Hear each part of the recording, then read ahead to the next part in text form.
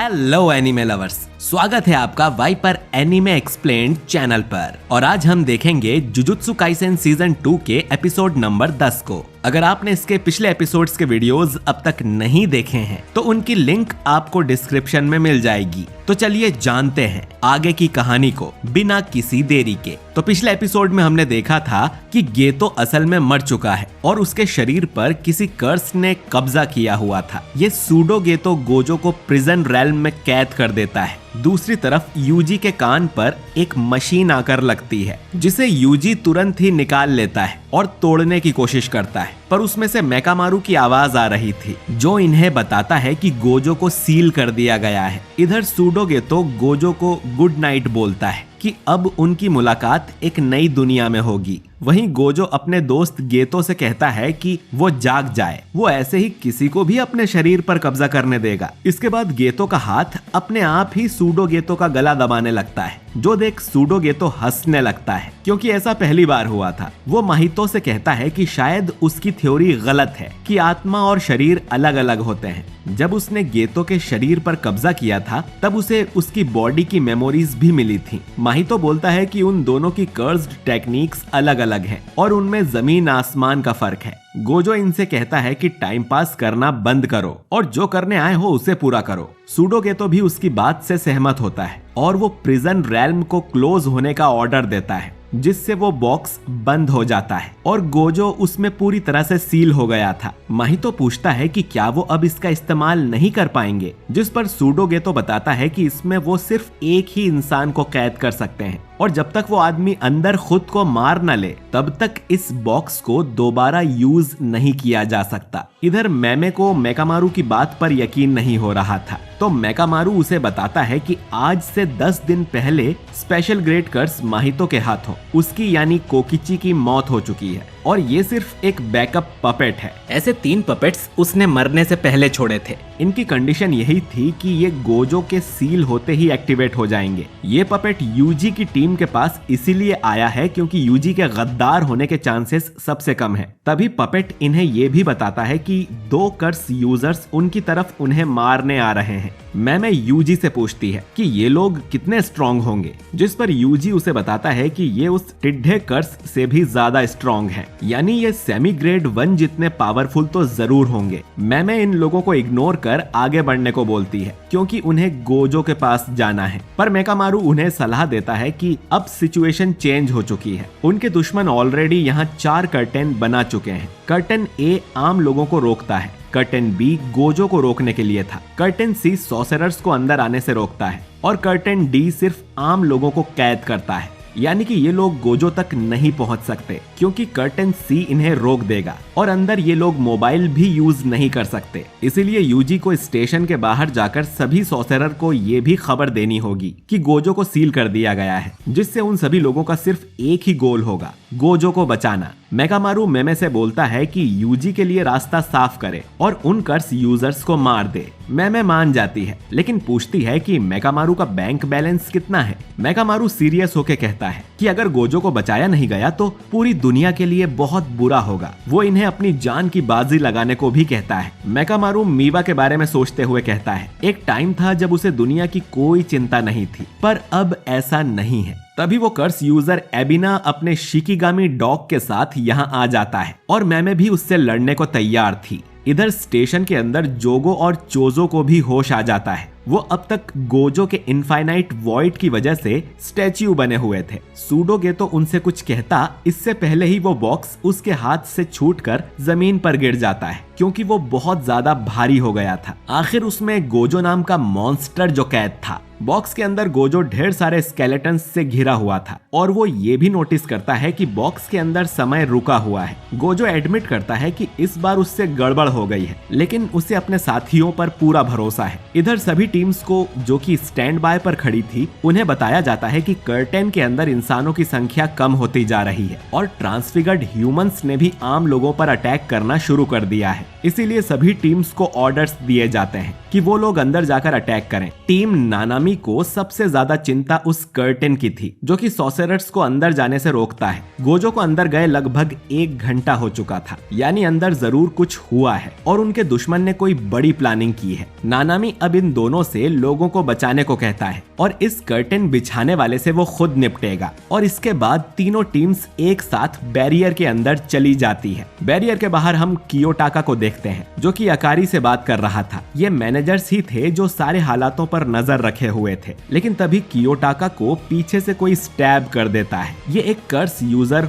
हारुता था जिसे हमने सीजन 1 में भी देखा था। यहाँ हम एक नई लड़की उरा उमे को देखते हैं जो हारुता से कहती है कि वो ऐसे ही बैरियर के बाहर जितने भी मैनेजर्स खड़े हैं उन्हें एक एक करके मार दे और काम पूरा होने के बाद वो भी अंदर आ सकता है। इधर BF5 स्टेशन पर गेतो बताता है कि गोजो की इंफॉर्मेशन प्रोसेस होने में थोड़ा टाइम लगेगा और तब तक वो लोग इस बॉक्स को नहीं हिला सकते। माहितो अचानक ही मेकामारू के डिवाइस को नोटिस कर लेता है जिससे वो इन पर नजर रखे हुए थे और माहितो तुरंत ही उस डिवाइस को तोड़ देता है। अब ये खबर मेकामारू यूजी को बता देता है कि वो लोग गोजो को वहां से हिला नहीं सकते। उन्हें सभी सॉर्सरर के साथ मिलकर स्टेशन को चारों तरफ से घेर लेना चाहिए और जैसे ही उन्हें रोकने वाला कर्टेन हटेगा सब लोग एक साथ उन कर्सेस पर अटैक कर देंगे। यूजी भागते हुए सबसे बाहर के कर्टेन में आ जाता है जिसमें आम लोगों पर ट्रांसफिगर्ड हमला कर रहे थे। यूजी इनकी पिटाई लगाकर आम लोगों को बचा लेता है। इसके बाद वो जल्दी से एक बड़ी सी बिल्डिंग के ऊपर चढ़ता है और वहां से जोरों से नानामी का नाम चिल्लाने लगता है। उसकी आवाज पूरे शिबुया में गूंज रही थी और नानामी की टीम भी ये पुकार सुन लेती है। इसके बाद यूजी चिल्लाता है कि गोजो को सील कर दिया गया है। पांडा टीम भी ये बात सुन लेती है और ये खबर जानकर नानामी और मेगुमी शॉक हो जाते हैं। नानामी तुरंत अपना प्लान बदल देता है। वो मेगुमी और ताकुमा को जल्दी से यूजी के पास जाने को बोलता है और ये भी कि अगर गोजो सच में कैद हो गया है तो उनकी कंट्री को अब ऊपर वाला ही बचा सकता है। इधर BF5 पर कर्सेस समझ गए थे कि अब सॉर्सरर्स चारों तरफ से उन पे हमला करने वाले हैं। ये तो बोलता है कि वो तो यही प्रिजन रेल्म के पास रहेगा उसे प्रोटेक्ट करने के लिए। बाकी लोग क्या करेंगे? चोजो कहता है कि उसे यूजी और नोबारा को जान से मारना है अपने भाइयों की मौत का बदला लेने के लिए। जोगो इसके लिए साफ मना कर देता है क्योंकि यूजी सुकुना का वैसल है और सुकुना उन्हें अपनी साइड में चाहिए, तभी वो लोग सॉर्सरर पर जीत हासिल कर पाएंगे। इसीलिए वो यूजी को नहीं मार सकते। लेकिन चोजो को इससे कोई फर्क नहीं पड़ता तो दोनों आपस में लड़ने को तैयार हो जाते हैं। माहितो बीच में आकर जोगो को शांत रहने को बोलता है और ये भी बताता है कि यूजी को तो वो भी मारना चाहता है। गोजो को रास्ते से हटाने के बाद माहितो को पूरा यकीन है कि वो लोग आराम से सॉर्सरर पे भारी पड़ सकते हैं। तो अब उन्हें सुकुना के होने या ना होने से ज्यादा फर्क नहीं पड़ेगा, तो उन्हें यूजी को मार देना चाहिए।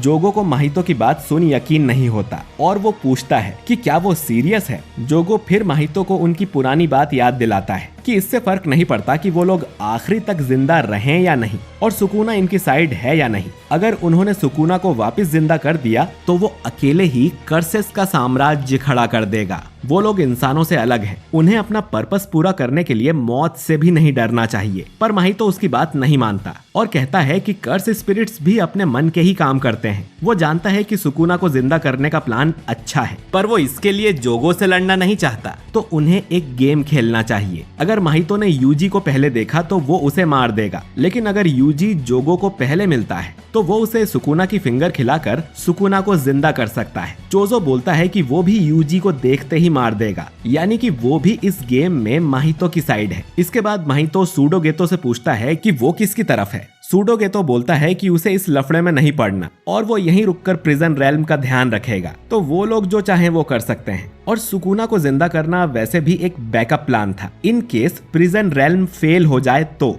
जोगो अब कहता है कि समझदारी इसी में है कि वो सभी लोग यहीं पे रहें, क्योंकि यूजी और बाकी सॉर्सरर्स गोजो को बचाने यहीं आने वाले हैं, तो उन्हें यहीं वेट करना चाहिए। लेकिन तभी माहितो चिल्लाता है गेम स्टार्ट और भागने लगता है। उसके पीछे चोजो, यहाँ तक कि डेगन भी भागता है और ये देख मजबूरी में जोगो को भी भागना पड़ता है ताकि ये लोग यूजी को ढूंढकर मार ना दें। तभी सूडोगेतो नोटिस करता है कि मिमिको और नानाको उसे देख रही हैं। ये वही दो लड़कियां हैं जिनके लिए गेतो ने पूरे गांव को मार दिया था। ये बोलती है कि उन्होंने सूडोगेतो की सभी बात मानी है और कई इंसानों को भी मारा है, तो अब वादे के मुताबिक उन्हें अपने मास्टर गेतो का शरीर वापस चाहिए। वो नहीं चाहती कि सूडोगेतो अब और उनके मास्टर के शरीर को यूज करे। सूडोगेतो उन्हें साफ मना कर देता है और सलाह देता है कि अगली बार जब वो किसी से डील करें तो उनसे बाइंडिंग वाउ जरूर ले लें। वो उन्हें यहाँ से भाग जाने को कहता है वरना वो उन्हें मार डालेगा। ये सुन दोनों यहाँ से जाने लगती हैं, लेकिन जाते हुए वो सूडोगेतो को धमकी देती है कि वो इसके लिए पछताएगा, जिस पर सूडोगेतो बोलता है कि पछतावा वो क्या होता है। इधर यूजी अब भी बिल्डिंग के ऊपर खड़े होकर नानामी चिल्ला रहा था और नानामी टीम उसे ढूंढती हुई यहाँ आ जाती है और मेगुमी उसके सिर पर टपली मारते हुए बोलता है कि अब चिल्लाना बंद करो। यूजी और मेकामारू उन्हें सारी बातें बता देते हैं। नानामी को समझ नहीं आता कि गेतो इन सब में कहां से आया, जिस पर मेकामारू बोलता है कि वो गेतो के शरीर में कोई बहरूपिया है। शिबुया स्टेशन में कई सारे कर्स स्पिरिट्स और कर्स यूजर्स भरे हुए हैं जो कि गेतो की बात मानते हैं। नानामी बोलता है कि फिर तो चारों तरफ से हमला करना ही सही रहेगा, लेकिन पहले उन्हें उस तीसरे कर्टेन को हटाना पड़ेगा। नानामी ताकुमा से कहता है कि वो यूजी और मेगुमी के साथ जाकर इस कर्टेन को हटाने की कोशिश करे, क्योंकि वो एक फर्स्ट ग्रेड सॉर्सरर है तो उसे बाहर जाकर कुछ प्रोसीजर पूरे करने होंगे, जिसके लिए वो कियोटाका से मिलने जा रहा है। नानामी इनसे ये भी कहता है कि अगर रास्ते में इन्हें टीम जेनिन या टीम पांडा मिले तो उन्हें भी सब कुछ बता दें। वैसे तो उन्हें भी यूजी की आवाज सुनाई दे गई होगी। इतना कहकर नानामी यहाँ से चला जाता है। ताकुमा गर्व से फूल जाता है क्योंकि नानामी ने पहली बार उसे जिम्मेदारी का काम दिया था और वो बाकी दोनों को मिशन से पहले सिचुएशन समझाने लगता है कि अगर गोजो चला गया तो दो चीजें होंगी। पहली कि गोजो की फैमिली की पावर भी चली जाएगी और गोजो अब तक जिनको भी बचाते आया है जैसे कि यूजी, यूता, उन्हें हायर अप्स फिर से टारगेट कर सकते हैं। बाकी सॉर्सरर्स पॉलिटिकल पावर के लिए आपस में लड़ने लगेंगे। दूसरी चीज कि कई सारे कर्स स्पिरिट्स और कर्स यूजर्स अभी तक गोजो के डर से बिल में छुपे हुए थे। गोजो के जाने के बाद वो भी निडर होकर अटैक कर देंगे और इस लड़ाई में सॉर्सरर्स का हारना पक्का है। तो आसान शब्दों में कहा जाए तो अगर वो इस मिशन में फेल होते हैं तो जापान से इंसानियत का नामो निशान मिट जाएगा। अब ताकुमा यूजी और मेगुमी को लेकर उस तीसरे कर्टेन को तोड़ने जाने लगता है। वो चाहता था कि ये काम नानामी के लौटने से पहले ही हो जाए और वो सब मिलकर गोजो को जरूर बचा लेंगे और ये एपिसोड यहीं पर एंड हो जाता है। तो दोस्तों, हुकुम का इक्का यानी कि गोजो सील हो चुका है। क्या अब सारे सॉर्सरर मिलकर उसे बचा पाएंगे या इस बार कर्सेस बाजी मार लेंगे? सुकुना अगर बाहर आया तो वो किसकी साइड लेगा या माहितो और चोजो उससे पहले ही यूजी को मार देंगे? जानने के लिए आगे के एपिसोड जरूर देखें और वीडियो अच्छा लगा है तो इसे लाइक और शेयर कीजिए और कमेंट करके बताइए कि आपको ये एपिसोड कैसा लगा।